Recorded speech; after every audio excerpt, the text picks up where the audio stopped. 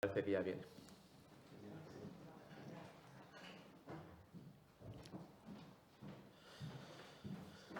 Muchas gracias.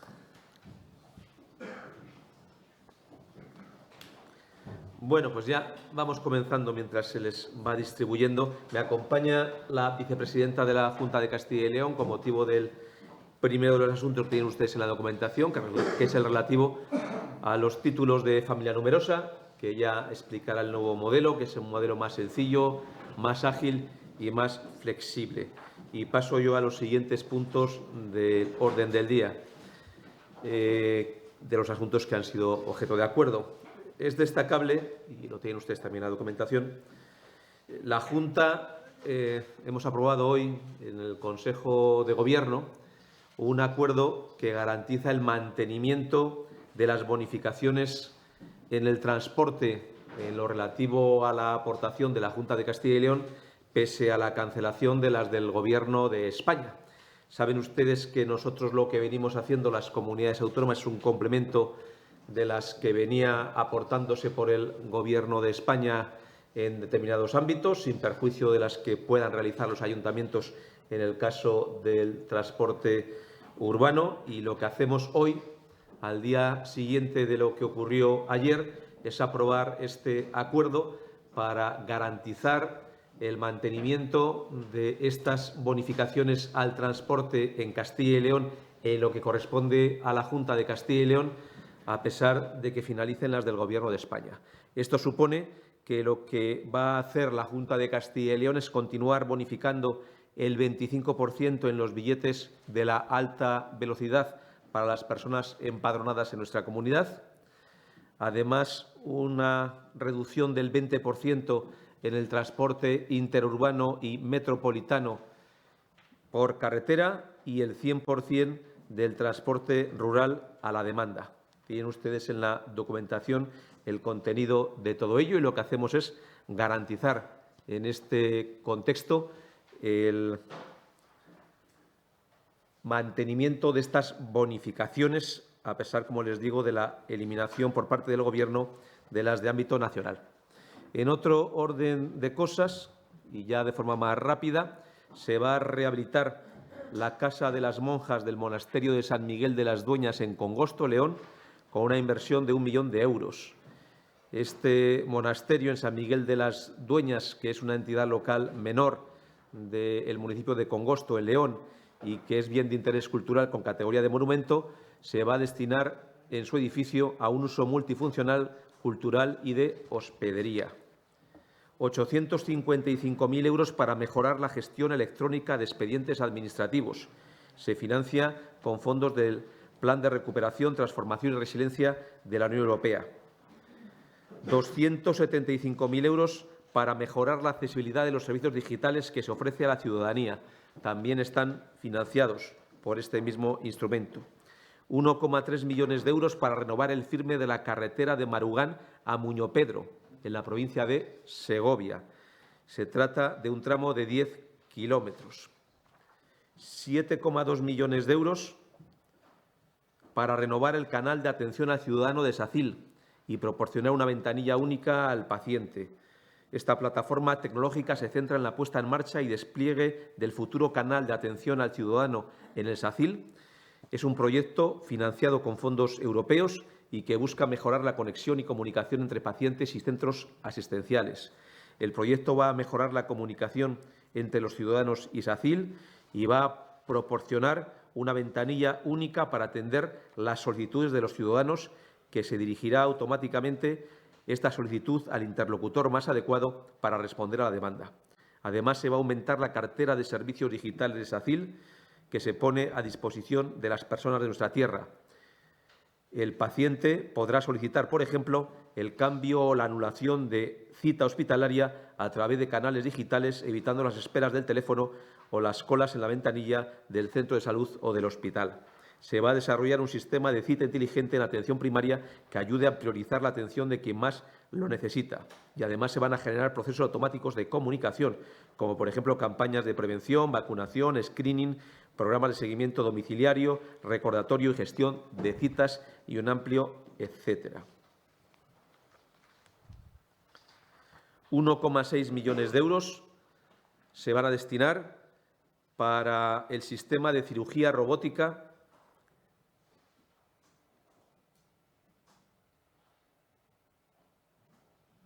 en el caso del complejo asistencial de Ávila.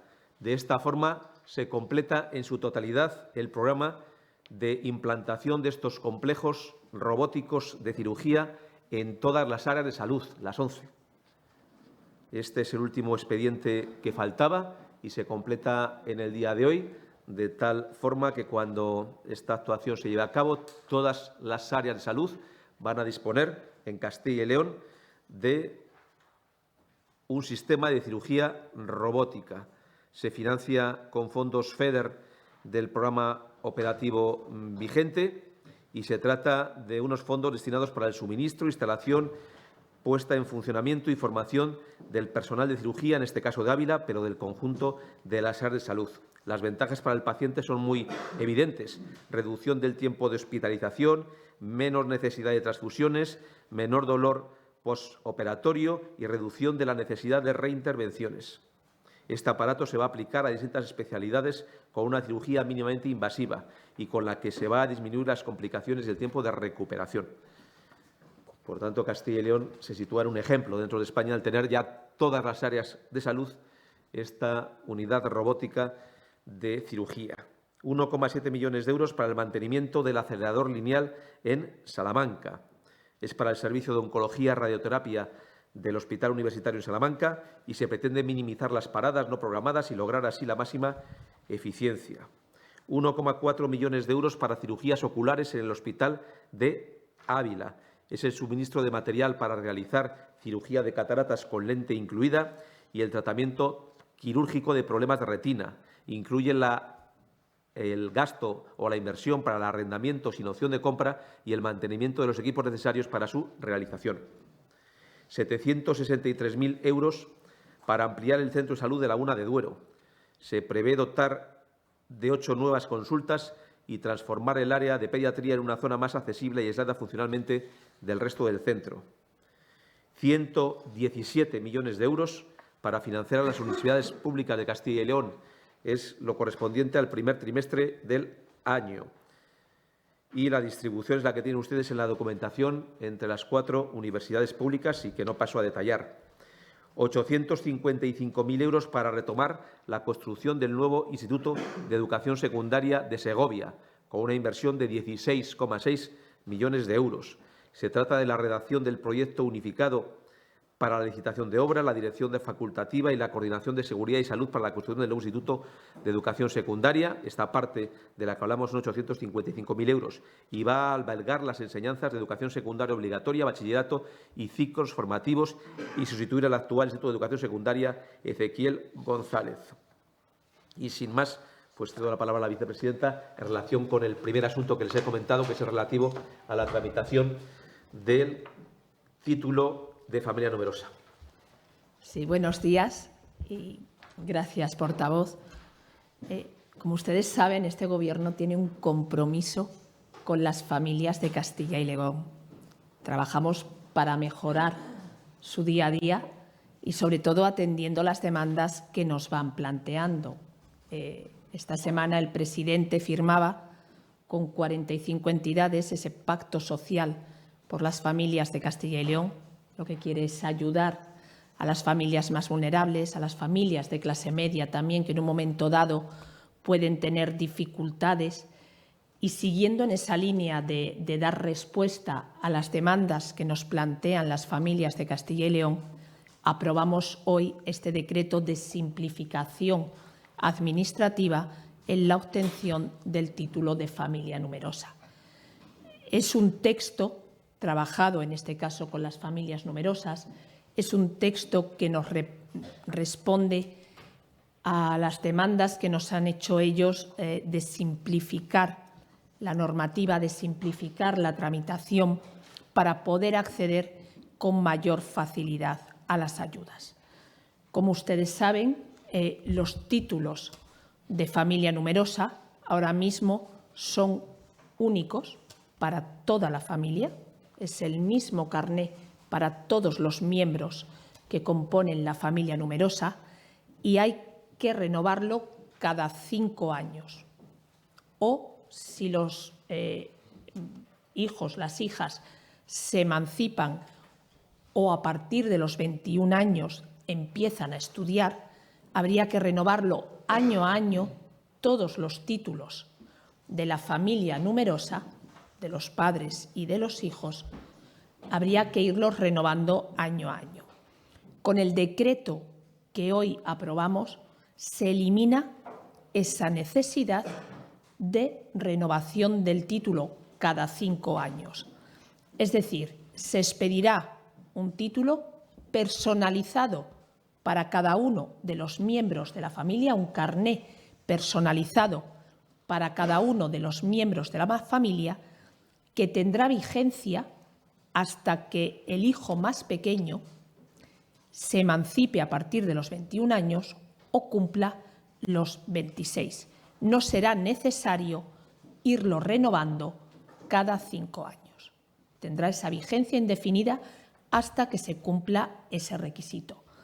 En el caso de los mayores de 21, será únicamente ese miembro de la familia el que tenga que ir renovándolo hasta que cumpla 26 años o hasta que se emancipe.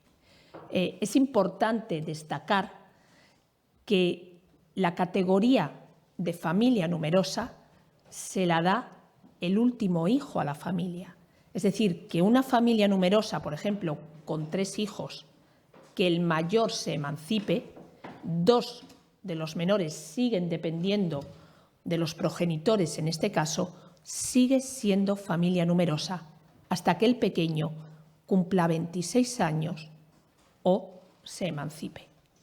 El gran avance que presentamos hoy es que ya no es necesaria esa renovación cada 5 años, con lo cual acceder a todas las ayudas se simplifica notablemente. Además de ese carné individualizado en formato tarjeta, como existe ahora mismo, se pondrá a disposición de las familias numerosas también un carné digital por vía telemática, de manera que, por ejemplo, puedan llevarlo en el móvil, con lo cual facilitamos todos los procedimientos y simplificamos el acceso a las diferentes medidas o a las diferentes ayudas que tienen las familias numerosas. A mí me gustaría destacar, me gustaría recordar algunas de las medidas más importantes que tienen las familias numerosas en Castilla y León. La deducción en el tramo autonómico del IRPF, por ejemplo, y está aquí el consejero, 500 euros con carácter general, 820 euros adicionales a partir del 4 hijo, distintas deducciones, por ejemplo, en el ámbito educativo. Si hablamos del servicio de comedor, es gratuito para las familias numerosas de carácter especial, un 50% de bonificación para las de carácter general. Lo mismo en los programas madrugadores, en los programas tardes en el cole o en las ventajas de acceso a la universidad. Si hablamos, por ejemplo, de los programas de conciliación, en el programa Conciliamos es gratuito para las familias numerosas de carácter especial y un 50% para las de carácter general. La solicitud de estas ayudas, la solicitud de estas medidas que ponemos para ayudarlas, se simplifica ahora notablemente con la simplificación administrativa que aprobamos hoy en este decreto. Por lo tanto, seguimos trabajando por las familias de Castilla y León, seguimos dando respuesta a las demandas que ellas nos van haciendo, seguimos generando oportunidades para las familias en esta tierra. Gracias. Pues muchas gracias, vicepresidenta. Antes de darles la palabra, una última información que les ofrezco. Esta mañana la comisión delegada de la Junta de Castilla y León hemos iniciado la tramitación del Plan Regional de Ámbito Territorial para Montelarreina, en Toro, Zamora. Ayer mismo, a última de la tarde, se presentó por el Ministerio de Defensa la documentación necesaria para dar inicio a la tramitación de ese expediente y lo que hacemos ahora es rápidamente, desde el primer momento, iniciar ya la tramitación del misma y tomar el acuerdo en la comisión delegada para el inicio. Lo que haremos es someterlo al periodo de información pública, al informe de los municipios afectados y distintas entidades que tienen que presentar informe, como puede ser la propia Confederación Hidrográfica, y finalmente al dictamen del Consejo de Urbanismo y Ordenación del Territorio de Castilla y León para su aprobación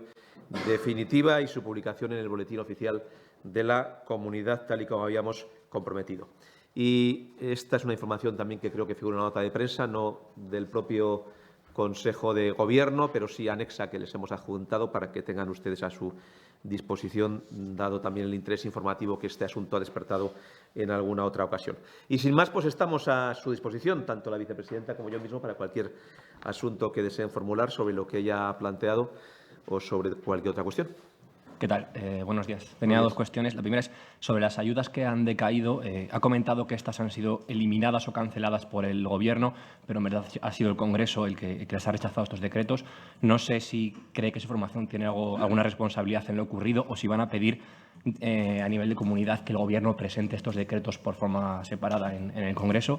Y luego, sobre otro tema, me gustaría saber cuál es la postura de la Junta como patrono del CENIO de lo que está ocurriendo con su directora, María Blasco, y si en la reunión prevista para la semana que viene van a pedir formalmente su cese o si van a unirse con otras comunidades en este sentido. Gracias. Pues yo creo que lo razonable en el CENIO es iniciar una nueva etapa. Es un órgano muy importante que se dedica a la investigación oncológica. Las comunidades autónomas tenemos mucho también que participar desde el punto de vista de la investigación científico y, por tanto, en lo que es la Consejería de Educación, pero también los beneficios que pueda tener para el ámbito sanitario, y que esté en constante entredicho el CENIO por la tramitación de expedientes, yo creo que distrae la atención de lo verdaderamente importante, que es el servicio que tiene que prestar al conjunto de los ciudadanos, y, por tanto, quizás sería bueno que una nueva persona asumiera esa responsabilidad, lo haga con transparencia, con dedicación y centrando la imagen del CENIO en lo verdaderamente importante, que es la investigación oncológica, que es, a nuestro juicio, a lo que tiene que dedicarse. El segundo de los asuntos, ¿qué valoración hacemos? Pues no nos parece acertado en modo alguno que por parte del Gobierno se haya planteado que para aprobar una subida en las pensiones o para seguir manteniendo unas ayudas al transporte público haya que votar el incremento del IVA de los alimentos o haya que proteger a los ocupas. Yo creo que no se puede usar ni a los pensionistas ni a las personas que usan al transporte público como moneda de cambio para dar un palacete al Partido Nacionalista Vasco, ni para apoyar a los ocupas, ni para subir impuestos. Pero todavía hoy estamos a tiempo de una solución. Hay alguna proposición de ley ya presentada en el Parlamento que, por las declaraciones públicas que se han puesto de manifiesto, tendría apoyo suficiente y su tramitación de urgencia podría resolver ya este problema y, por tanto, si la mesa del Congreso tramita de urgencia esas proposiciones de ley, podría obtener el apoyo y resolver cuanto antes la subida de las pensiones y la garantía del mantenimiento de las bonificaciones al transporte público. Y también cabría el que el Gobierno aprobara sendos decretos leyes individualmente para estos asuntos y no uno único con 80 cuestiones en donde al final se utiliza como moneda de cambio a pensionistas y a usuarios del transporte público para intentar pagar un precio político a alguno de sus socios en el Parlamento para seguir gobernando. Esto es algo que se podría hacer en el día de hoy. De hecho, nosotros hoy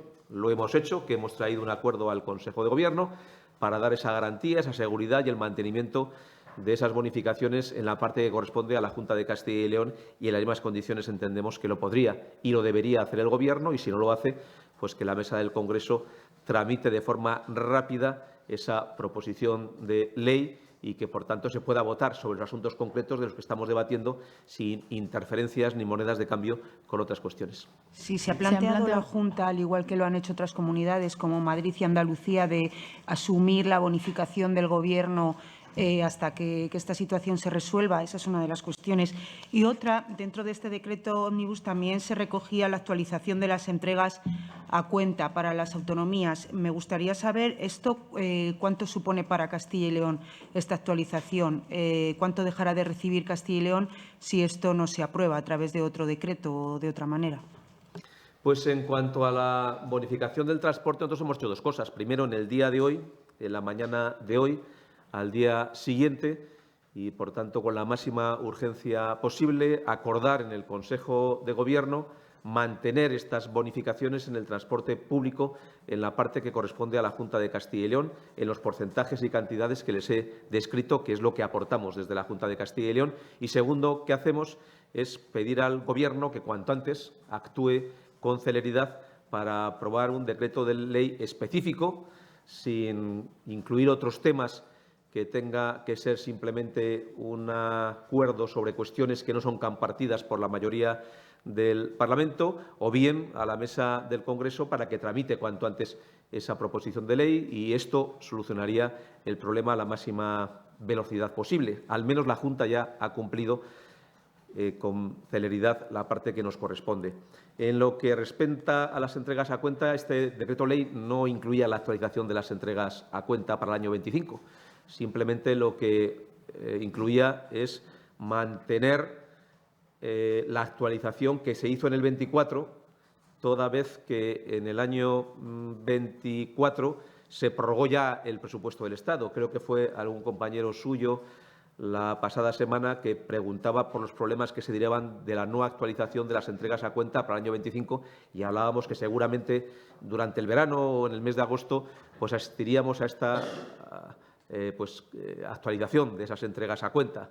Pero ahora de lo que estamos hablando es algo muy distinto, no solo de la actualización de las entregas a cuenta del año 25, no solo que se perjudique a los servicios públicos de las comunidades autónomas por parte del Gobierno, no habiendo actualizado en el decreto ley las entregas a cuenta para el año 2025, sino que ni siquiera se aplican las cantidades del año 24 y se nos quiere retrotraer a lo que se aportó a las comunidades autónomas la pasada legislatura nacional, que fue la última vez en la pasada legislatura nacional que el Gobierno a nivel nacional dispuso de un presupuesto, y, por tanto, este es el perjuicio que se nos causa, y nosotros lo que insistimos es que se haga un decreto ley, no solamente incluyendo las disposiciones relativas a la actualización para el año 24, sino las relativas al año 25, que lógicamente se anunciaron para las comunidades autónomas en el Consejo de Política Fiscal y Financiera que se celebró en el mes de julio del año pasado, pero que no se habían incluido en el decreto ley que ayer se debatió en el Congreso de los Diputados. ¿Cuantía? ¿Cuánto dinero dejaría de recibir Castilla y León? O no sé si nos puede cuantificar esto que supone. Yo creo que no vamos a dejar de recibir nada. Primero, porque, lógicamente, este es un derecho que tenemos que se deriva de la Ley Orgánica de Financiación de las Comunidades Autónomas y, por tanto, es de obligado cumplimiento para el Gobierno, y si finalmente no lo pagara, utilizaríamos los cauces necesarios para defender los intereses de los ciudadanos de Castilla y León. Estamos convencidos de que va a hacer frente a estos pagos, porque tiene que cumplir esta Ley Orgánica de Financiación de las Comunidades Autónomas y, por tanto, el modelo de financiación autonómico vigente. No se puede quedar el Gobierno el dinero que corresponde a la sanidad, a la educación, a los servicios sociales y al resto de competencias autonómicas. Lo que sí pedimos es que se haga pronto, porque lo que estamos pidiendo es que no solo se haga lo que legalmente tiene que hacerse, sino que se haga pronto y, por tanto, que los ciudadanos cuanto antes tengan esta garantía en esos servicios. Sí, pero esa actualización supondría un dinero. La actualización que ayer no se aprobó, La actualización que ayer no se aprobó supondría un dinero. Sí. ¿Cuánto es? Era mucho más grave lo que no se habían metido en el decreto ley, que eran algo así como 750 millones de euros. 750 millones de euros es la cantidad que corresponde a la actualización para el año 2025, que ya no iba en el decreto ley y que hubiera ido más tarde, y la cantidad que corresponde al año 24, son 600 millones de euros.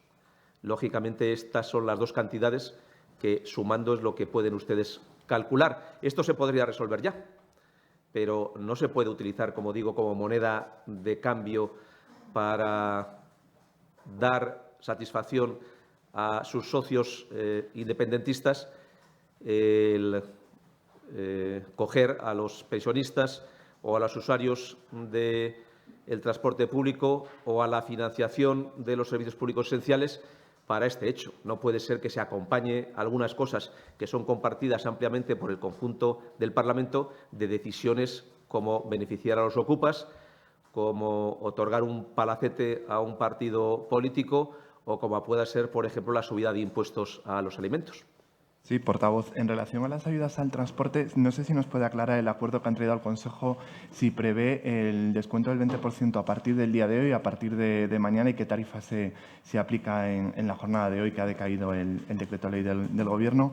Y luego, no sé cómo han recibido la oferta que les ha hecho el nuevo secretario general del PSOE en relación a la negociación presupuestaria. No sé si recogen el guante, si tienen previsto iniciar algún tipo de ronda con el Grupo Socialista en las Cortes para tratar de ver qué disposición hay al acuerdo. Pues, ¿qué tarifa se aplica hoy? Pues nos gustaría que se fuera la misma que ayer y, por tanto, que el Consejo de Ministros hoy mismo se reuniera y aprobara un decreto de ley. Si no es así, pues se contaría con todas las bonificaciones de la Junta de Castilla y León. Por tanto, no habría las bonificaciones del Estado, porque el Gobierno no ha planteado un decreto de ley exclusivo sobre este tema para garantizar los apoyos, pero sí se garantizan las bonificaciones de la Junta de Castilla y León, que son para el transporte en ferrocarril de viajeros recurrentes de altas prestaciones un 25%, para el transporte interurbano y metropolitano por carretera un 20% y para el transporte rural por carretera en el ámbito rural, en el transporte a la demanda, un 100% de bonificación. Esto es lo que se aplica en el día de hoy, a lo que tienen derechos, salvo que, lógicamente, pues el Gobierno, que lo tiene fácil, que es un decreto ley, pues lo solucione hoy mismo, en cuyo caso podríamos aplicar las tarifas que estaban previstas, incluyendo y sumando la bonificación de la Junta de Castilla y León a la bonificación del Gobierno, que es la que se ha perdido. La segunda de las cuestiones que usted plantea, pues la Junta de Castilla y León es un Gobierno del diálogo. Nosotros somos personas de diálogo, la Junta de Castilla y León está habituada al diálogo y lo venimos demostrando. Hemos alcanzado en los últimos meses importantes acuerdos en el ámbito del diálogo social, acuerdos con las universidades públicas de Castilla y León. Esta misma semana, un acuerdo con 45 entidades del tercer sector para un gran pacto social en nuestra comunidad autónoma. Y este es un diálogo que también queremos seguir manteniendo en el Parlamento para el asunto que usted plantea, pero también para los asuntos que se plantean por parte de la Junta de Castilla y León, como es sobre la financiación autonómica, sobre el corredor atlántico, sobre la sanidad y cómo mejorar la disposición de profesionales sanitarios, o incluso porque ya está en las Cortes de Castilla y León sobre el proyecto de ley contra la violencia de género. Nosotros tenemos esta idea, y esta idea de oferta de diálogo es una oferta de diálogo permanente y para todos los grupos políticos con representación parlamentaria. Y, por tanto, esto es lo que hemos ejercido y lo que queremos seguir manteniendo en el futuro, esta mano tendida a todos en el Parlamento para esos asuntos y al conjunto de la sociedad para grandes acuerdos como los que les he señalado y que hemos alcanzado en Castilla y León. Este es el sino de nuestra comunidad, el diálogo y la búsqueda permanente de acuerdos, y la Junta de Castilla y León es un elemento fundamental para canalizar estos acuerdos y este diálogo. Sí. ¿Eso supone que la posibilidad de negociación o de acuerdo no se restrinja solo a los presupuestos, sino que incluya los temas de corredor atlántico, violencia de género, financiación? Claro, son ofertas que están encima de la mesa y que son muy importantes para nuestra comunidad autónoma. El tema de financiación autonómica, fíjese que en el mes de diciembre se celebró la última conferencia de presidentes y se nos dijo que en el mes de enero, este mes, se nos convocaría al Consejo de Política Fiscal y Financiera, lo recordarán ustedes, para hablar de la financiación autonómica y, por tanto, es un asunto vital para este año y en qué medida somos capaces de evitar esto que se ha dado en denominar el cupo separatista. La cuestión relativa al corredor atlántico es esencial. En algunas comunidades autónomas ya se ha anunciado por parte del Gobierno la posición respecto del corredor atlántico. Nosotros tenemos que tener una unidad de criterio en Castilla y León respecto de la posición en torno al corredor atlántico. Y creo que el tema de sanidad, la falta de profesionales y todas las demandas que le venimos haciendo el Gobierno en este sentido, pues creo que sería bueno que tuviéramos un acuerdo también en relación con este asunto para ir con más peso a todo este proceso de negociación. Encima, en el Parlamento tenemos hoy ya presentado ese proyecto de ley contra la violencia de género, que va a ser objeto de debate y que estamos dispuestos a dialogar, y que el propio presidente de la Junta de Castilla y León, también en sede parlamentaria, ofreció diálogo a todos los grupos, incluso antes de su presentación, y, por tanto, son fórmulas habituales. El diálogo parlamentario es un diálogo que nosotros lo entendemos como un diálogo permanente y para todos los grupos políticos, pero que tampoco es excluyente del diálogo que tenemos con la sociedad, con el tercer sector, con el diálogo social o con las universidades, que ha sido muy intenso y con importantes acuerdos en estos últimos meses en Castilla y León. Sí, hola, buenos días. Sobre las bonificaciones, nos han hablado de las cantidades. No sé si nos pueden confirmar hasta cuándo se van a mantener esas bonificaciones, si será hasta el mes de julio, que es cuando se compartían con las ayudas del Gobierno. Y sobre lo que sucedió ayer en el Congreso, no sé si la gente cree que puede pensar, después de lo que sucedió, si prima la táctica política frente a los intereses de los ciudadanos, y cree que eso hoy pueden pensarlo muchos de los ciudadanos. Y otra cuestión, los profesores de lengua de 14 institutos de Castilla y León han hecho hoy público un comunicado en el que protestan por la estructura y por los contenidos del examen de lengua y de literatura de la PAU, de la selectividad, y porque se hayan dado a conocer con el curso ya empezado. Entre sus propuestas para mejorarlo figura reducir de 3 a 4 lecturas obligatorias. Ahora mismo son 16. No sé si la Consejería de Educación estaría dispuesta a reducir ese número. Gracias.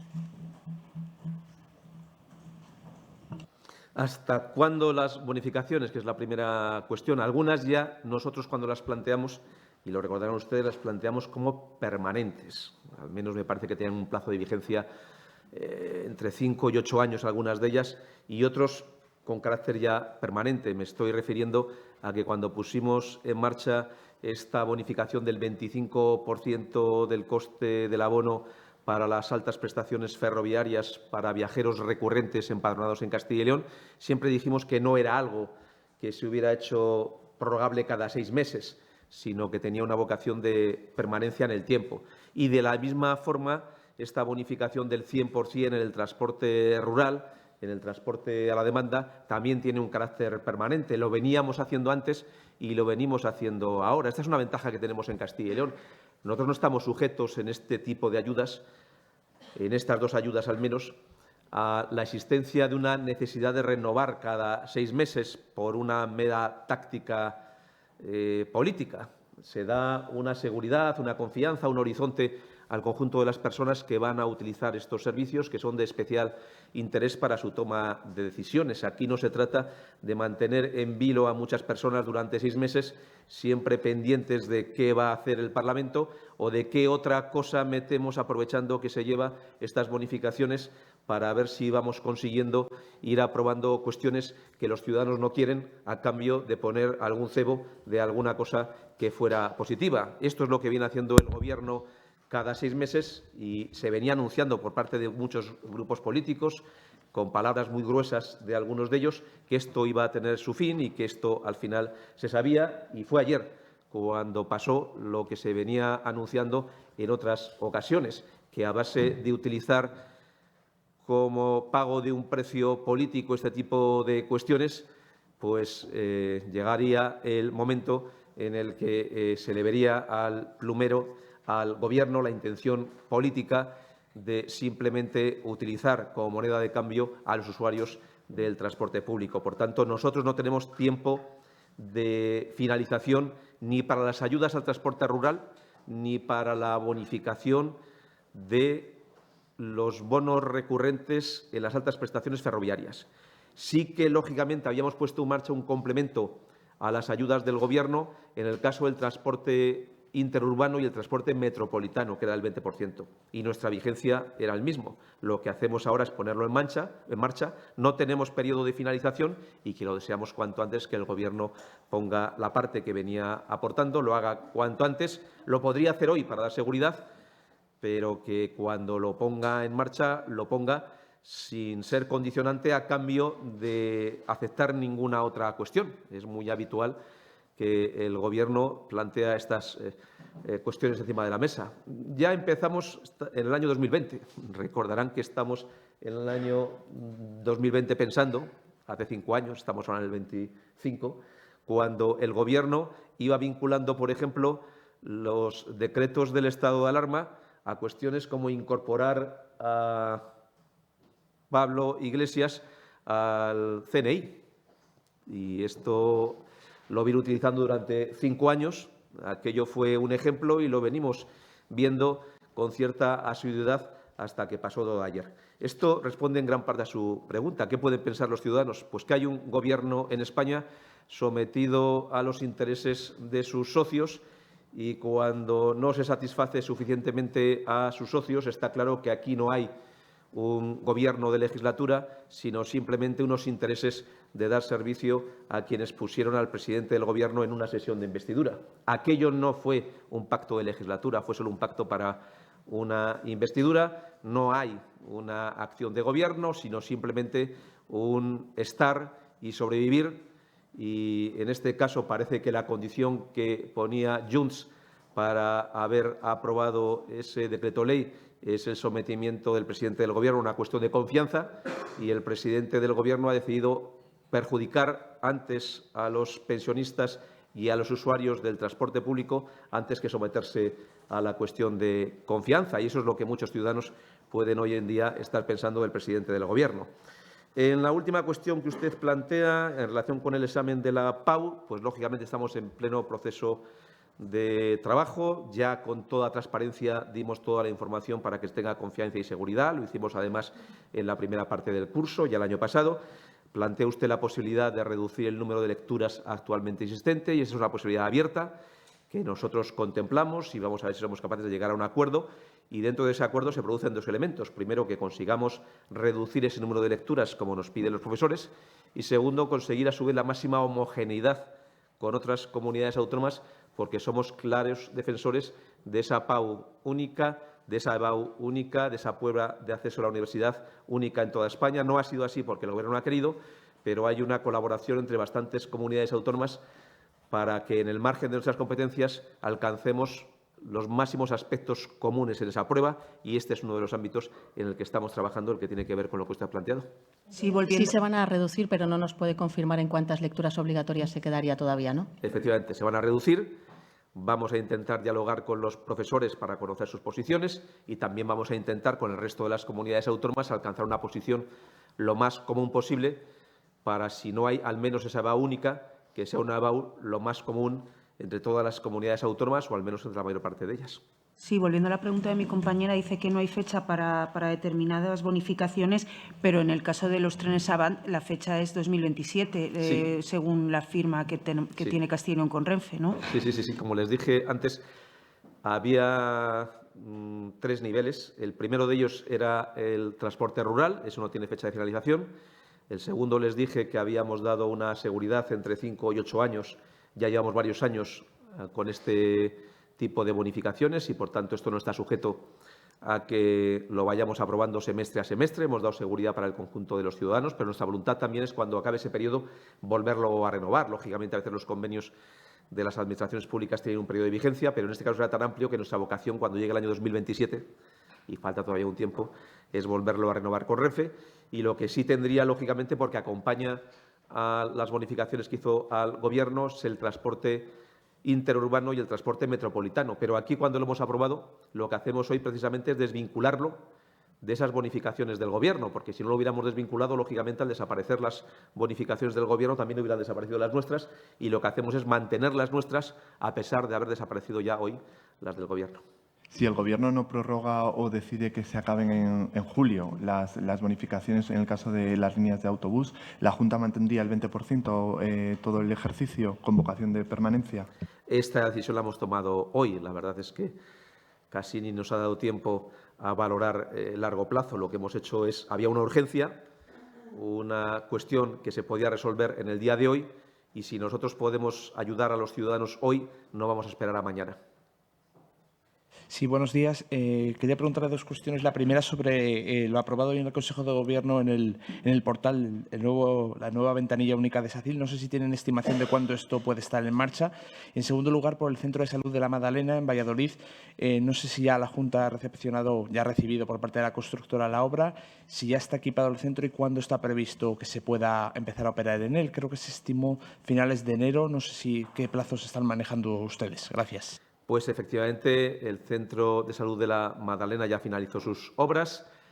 Ahora lo que toca, porque es un centro sanitario, lógicamente es el equipamiento. En esta fase estamos y cuando esté concluido, que es cuestión de muy pocos días, pues entrará en servicio. Les iremos informando a los medios de comunicación y al conjunto de los ciudadanos para que sepan que estas instalaciones están ya a su disposición. Sobre la primera parte y el sistema informático lo haremos lo más rápido posible, pero saben ustedes que también hay periodos de prueba y periodos de puesta en marcha. A veces los sistemas informáticos, cuando son tan novedosos, se estiman finalizar en un periodo, pero el periodo de pruebas pues, se va alargando. Yo no quisiera dar una fecha, pero si por parte de la Consejería nos otorgaran una, pues se la informaríamos con detalle.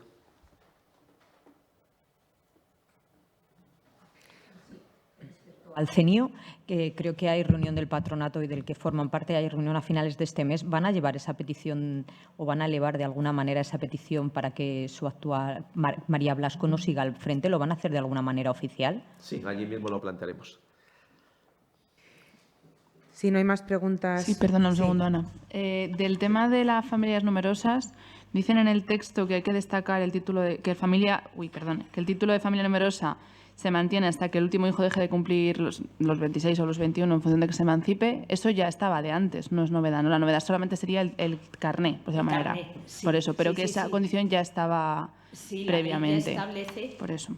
que la condición de familia numerosa se la da el último miembro de la familia numerosa, el último hijo, que aunque los mayores dejen de formar parte de la familia numerosa, los padres y los hijos que vayan quedando, los hijos menores, siguen siendo familia numerosa.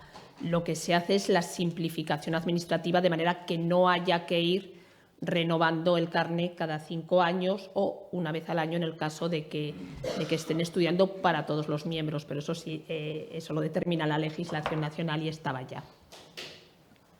Bien, pues si podemos, iniciamos ya ese turno de preguntas con los compañeros que nos siguen desde las diferentes provincias. Hoy tenemos 4 intervenciones, así que vamos rápidamente con la primera, que nos llega desde Segovia.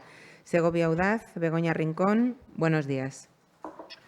Hola, muy buenos días. El periódico El Plural publicaba esta semana un artículo sobre adjudicaciones opacas y prórrogas legales concedidas al Grupo Empresarial Electromédico en Castilla y León, concretamente en los hospitales de Segovia y de Salamanca. En el caso de Segovia, apuntaba una facturación de más de 3 millones de euros gracias a las prórrogas de servicios de electromedicina sin concurso público, algún incluso durante más de 30 años. ¿Qué tiene que decir a esto el Gobierno de Castilla y León? Por otro lado, el Sindicato de Enfermería SATSE de Segovia reclama 769 enfermeras más para que la provincia de Segovia iguale la ratio de los países de la OCDE. ¿Qué medidas va a tomar la Junta al respecto? Y, por último, sobre el nuevo IES de Segovia, tras la inversión aprobada en el Consejo de hoy, ¿qué plazos se manejan para este centro que Segovia lleva años esperando? Sobre todo, teniendo que haber resuelto en años anteriores contratos en 2 ocasiones, creo que en 2021 y 2022. ¿Cuándo vamos a poder decirles a los segovianos que estará listo este nuevo centro? Pues, evidentemente, plantea usted 3 preguntas. La primera de ellas es por el adjudicatario de alguna instalación. Lo primero es que a nosotros nos merece el máximo respeto cualquier licitador que se presenta dentro de la ley a cualquier concurso público, también en el ámbito sanitario, y, lógicamente, siempre se otorga este contrato a la entidad, a la empresa que cumple las mejores condiciones, las mejores garantías y que ofrece la mejor seguridad en términos de calidad y precio. En relación concreta que usted cita a 2 provincias, en el caso concreto de Segovia, el contrato de este servicio data desde el año 2021 y nada tiene que ver ese contrato con la empresa que se ha mencionado en esa información y que usted ha citado. Y con lo que respecta a Salamanca, ahora mismo el contrato y la licitación está en la plataforma de contratación del sector público. Se publicó el 30 de diciembre y el plazo para presentar las ofertas está abierto hasta el 13 de febrero del año 2025 hasta las 14 horas y, por tanto, cualquier licitador se puede presentar hasta la fecha 13 de febrero y, a partir de ese momento, pues, la mesa de contratación procederá a examinar las ofertas y se la otorgará al que presente las mejores condiciones, sin prejuzgar ninguna otra circunstancia más allá del servicio público y el ahorro en los costes. En segundo lugar, es una reflexión sobre el número de enfermeras. Castilla y León tiene una de las mayores ratios de enfermeras de toda España. De hecho, somos los primeros de toda España en número de enfermeras dentro de las comunidades autónomas de régimen común. Solo nos gana Navarra y el País Vasco, que saben ustedes que tienen un régimen de financiación foral distinto al de régimen común para el resto de las 15 comunidades autónomas. Castilla y León tiene una ratio de 7,35 enfermeras por cada 1.000 habitantes. La media de España está en 6,3, por tanto 7,35 frente a 6,3, y ese es el horizonte que tenemos. Lógicamente, en los últimos años hemos hecho un esfuerzo muy relevante para aumentar el personal de enfermería y nuestra idea es seguirlo haciendo en el futuro, no solamente en términos de número, sino de retribuciones. Hace muy poco también se firmó un acuerdo muy importante con los sindicatos representativos de la enfermería en nuestra comunidad autónoma, que suponía una mejora de las condiciones laborales y retributivas del personal de enfermería y que, por tanto, en los últimos años hemos hecho un esfuerzo para mejorar sus condiciones laborales y retributivas y también para aumentar el número de profesionales, aun siendo cierto que partimos de una realidad, que es que Castilla es la primera comunidad autónoma en número de enfermeras por 1.000 habitantes dentro de las comunidades autónomas de régimen común.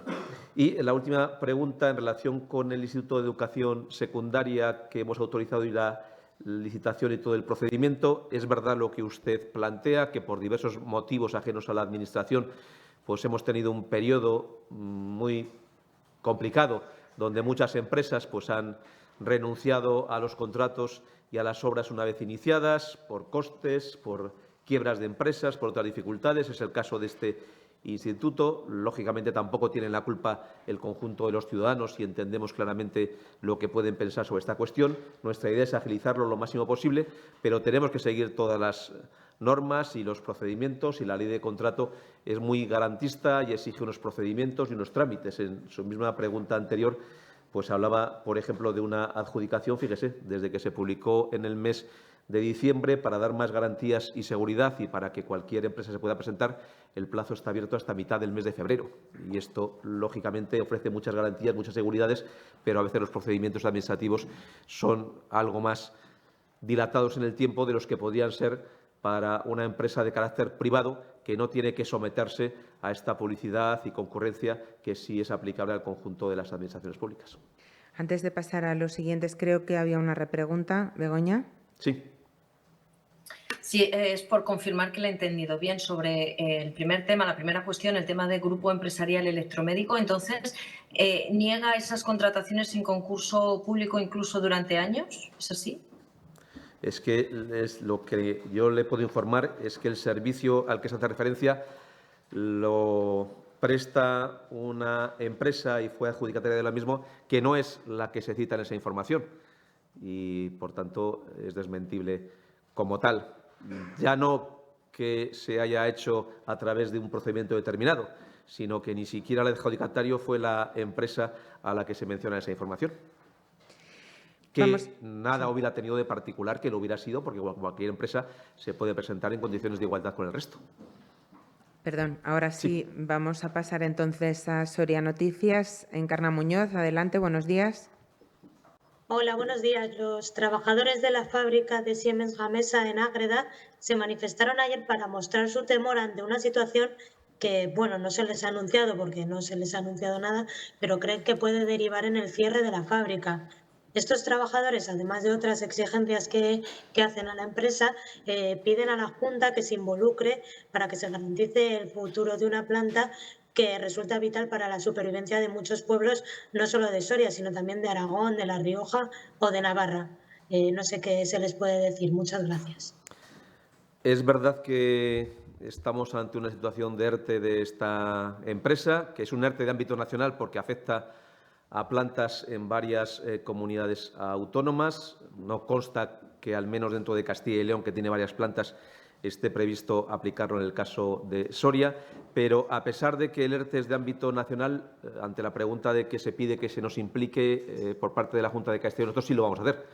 Y está previsto que la delegada territorial de la Junta de Castilla y León se reúna con el comité de empresa este próximo lunes.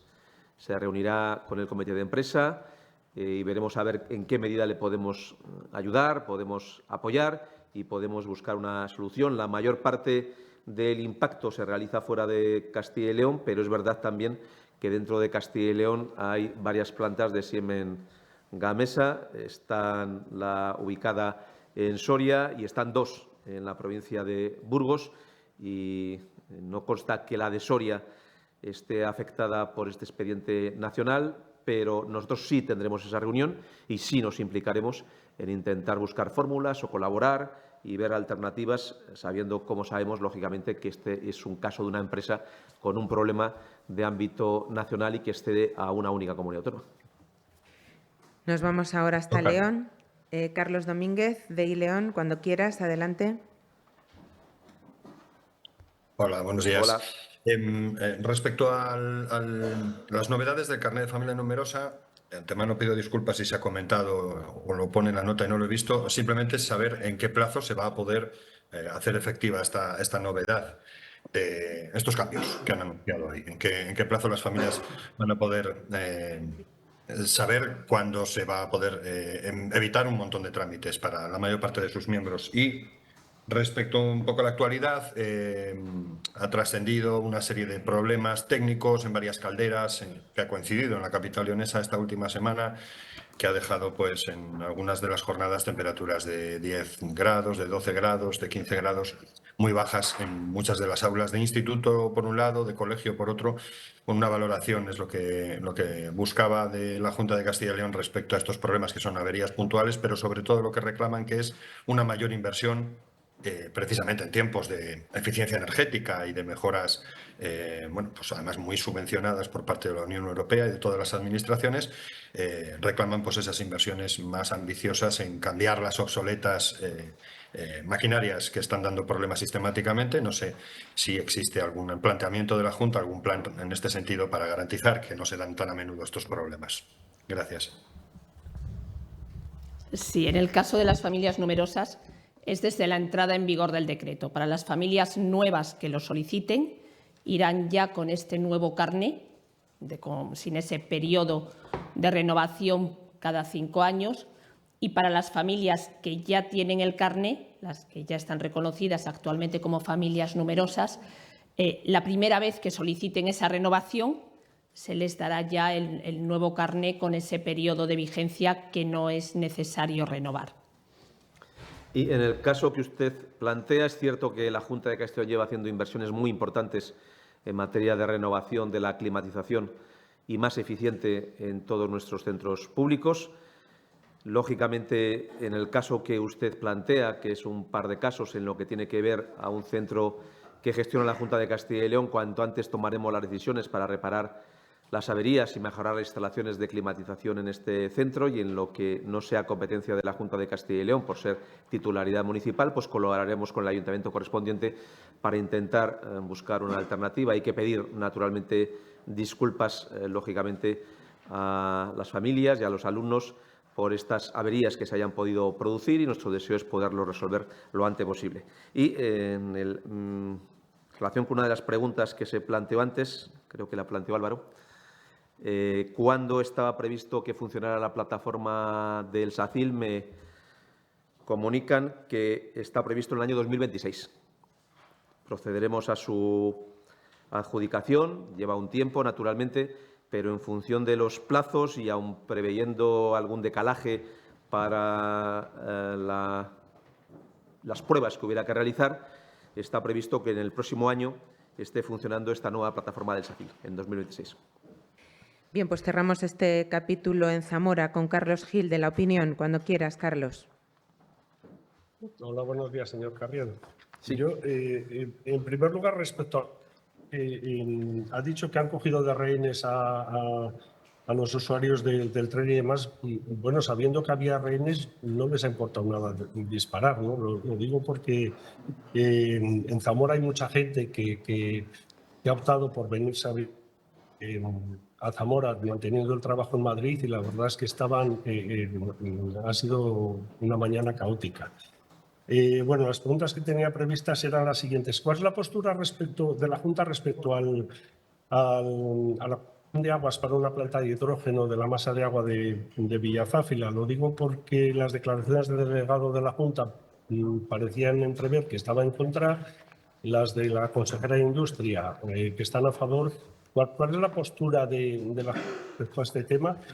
Y otra, respecto al plan de la raya, me he hinchado a preguntarle por la carretera de Puebla a Rionor, y siempre echaba balones fuera. De repente aparece en la raya y como que hubiera un proyecto ya hecho de 12 millones. No sé si nos podía contar un poquito este tema y qué le parecen las alegaciones que se han producido en el periodo de gobierno abierto que ha estado el plan, si van a tener en cuenta alguno. Muchas gracias. Pues bien, plantea tres cuestiones. En primer lugar, es verdad que el tema del ferrocarril no es competencia nuestra, pero nosotros tenemos un convenio firmado con Renfe, en función del cual aportamos ese 25% para los viajeros recurrentes de la alta velocidad, en el caso de que estén empadronados en nuestra comunidad autónoma.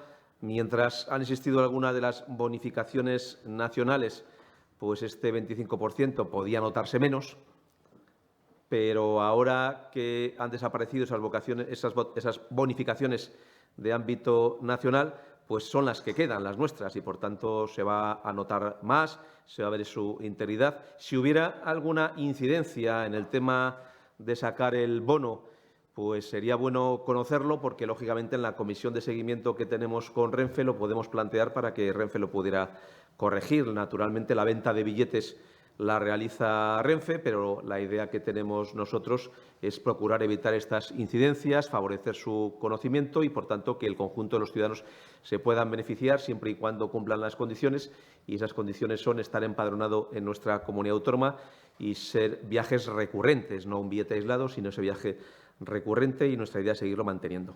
La segunda cuestión que usted plantea es en relación con una planta de hidrógeno. Nosotros, lógicamente, hay una solicitud. Esa solicitud tiene un trámite informativo y ese trámite, para llevarlo a cabo, exige una serie de informes. El primero de los informes es el de la Confederación Hidrográfica del Duero, que se ha obtenido con una serie de límites al volumen de agua, y existirá luego lo que es la declaración de impacto ambiental, que lógicamente también, en el caso de ser negativa, daría finalización al expediente, y en el caso de ser favorable podría incluir algunas limitaciones a la utilización del agua y, por tanto, restricciones a la misma. Les iremos informando, lógicamente, de los trámites administrativos en relación con esa planta de hidrógeno que se está planteando en la provincia de Zamora. Y la última de las cuestiones, el plan de la raya, se sometió ya a información pública, lo presentamos para que fuera informado al conjunto de los ciudadanos, que será el objetivo del presidente de la Junta de Castilla y León ya el año pasado, en el año 2024. Le confirmo que efectivamente la carretera a Rionor se incluye dentro de ese plan de la raya y se incluye con una previsión de inversión de 12 millones de euros. Así se colgó con transparencia en la página web de la Junta de Castilla y León y la llevaremos a cabo. Se incluye para Zamora esta importante actuación que usted cita y también lo que se ha dado en llamar el Camino del Lobo, que también es una inversión muy importante y que figura en ese borrador inicial del plan de la raya que está sometido a información pública. La información pública se hace para conocer la opinión del conjunto de los ciudadanos y, lógicamente, para que presenten sugerencias, propuestas. Iremos analizando cada una de ellas individualmente y, por tanto, responder ahora a todas ellas será difícil porque, lógicamente, la respuesta no es algo en colectivo y con el mismo formulario para todos, sino individual, y en función de la solicitud que se haga. Lo importante es nuestra vocación de disponer de este plan y de disponerlo con el máximo nivel de consenso y de participación posible. La participación queda demostrado en el hecho de que hemos dado estos plazos, de que se están recibiendo sugerencias y también nuestra voluntad de comprometernos que algunas de las principales actuaciones que históricamente se han demandado, y usted citaba esta carretera a Rionor, pues están incluidas dentro de ese plan de la raya para realizar durante el periodo de vigencia del mismo. ¿Alguna pregunta más? Pues aquí terminamos. Gracias. Muchas gracias. Gracias.